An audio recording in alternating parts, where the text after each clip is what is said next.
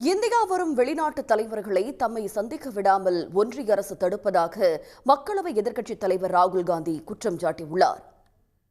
India வரும் வெளிநாட்டு தலைவர்கள் குடியரசுத் தலைவர், பிரதமர் மற்றும் எதிர்க்கட்சித் தலைவர்களை சந்திப்பது மரபாக கடைபிடிக்கப்பட்டு வருகிறது.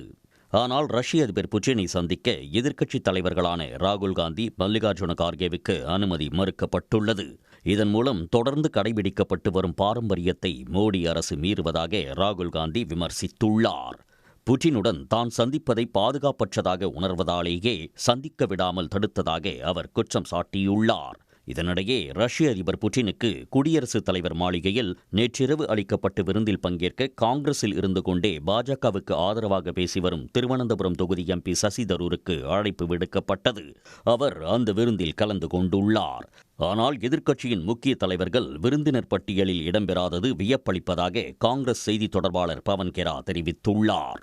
மோடி அரசு ஏன் இந்த ஆட்டத்தை விளையாடுகிறது என்பதை சசி தரூர் புரிந்து கொள்ள வேண்டும் என்றும் அவர் கூறியுள்ளார். हैरानी की बात है कि जिन्होंने इनविटेशन दिया उन्होंने भी कमाल किया और जिन्होंने इनविटेशन लिया वो भी कमाल कर रहे हैं.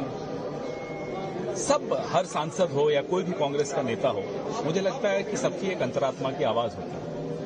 जब मेरे नेताओं को नहीं बुलाया जाए और मुझे बुलाया जाए तो जाहिर सी बात है कि हमें भी समझना चाहिए कि क्यों खेल हो रहा है और कौन ये खेल कर रहा है. हमें उस खेल का हिस्सा नहीं बनना चाहिए. சசி தரூருக்கு அழைப்பு விடுத்திருப்பது பல்வேறு சந்தேகங்களை எழுப்புவதாக காங்கிரஸ் பொதுச் செயலாளர் ஜெயராம் ரமேஷ் விமர்சித்துள்ளார். காங்கிரஸ் கட்சியின் குற்றச்சாட்டை மறுத்துள்ள ஒன்றிய அரசு வரும் வெளிநாட்டு பிரமுகர்கள்தான் யாரை சந்திக்க வேண்டும் என்பதை தீர்மானிக்கிறார்கள் என்று கூறியுள்ளது. உடனுக்குடன் செய்திகளை தெரிந்து கொள்ள சன் நியூஸ் பெல் ஐகானை கிளிக் பண்ணுங்க.